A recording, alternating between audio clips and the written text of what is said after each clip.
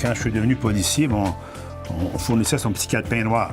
Chaque factionnaire, avant même de prendre son quart de travail, il fallait s'assurer qu'on inscrive tous les numéros des plaques d'automobiles rapportés volés par le Télex. Chaque geste du factionnaire était contresigné par le sergent de patrouille.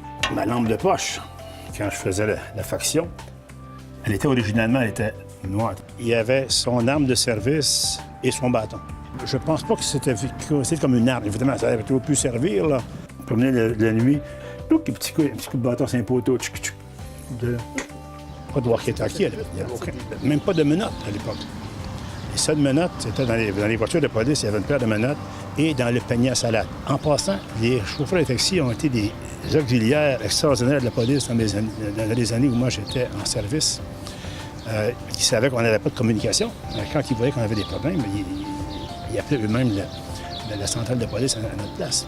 Il y avait un système de boîte de rue qui permettait aux factionnaires de se rapporter et communiquer avec le poste. Et ça, c'était le kit du factionnaire. Alors, à toutes les demi-heures, il fallait ouvrir, il fallait se rapporter à une boîte de rue.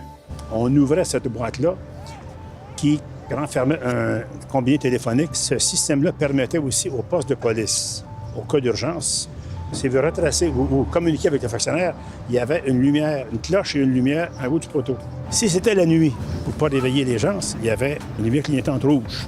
Ces boîtes-là ont été remplacées en 1961 seulement par un téléphone qui permettait à la population de s'en servir. Pendant bien des années, la police de Montréal avait des Chevrolet 55, dont certains étaient en embrayage manuel. Les automatiques ont commencé en 57, des deux portes, parce qu'on avait l'impression en haut lieu que c'était plus sécuritaire quand tu emmènes un détenu. S'il est dans un deux portes, il ne pourra pas se sauver. Arrivent les Chevrolet 59 Biscayne, beaucoup plus bas. Alors, un grand 6 pieds avec son képi dans un Chevrolet Biscayne, c'est pas confortable bien. Alors là, on a toléré que le képi ne soit pas porté pendant qu'on est au volant.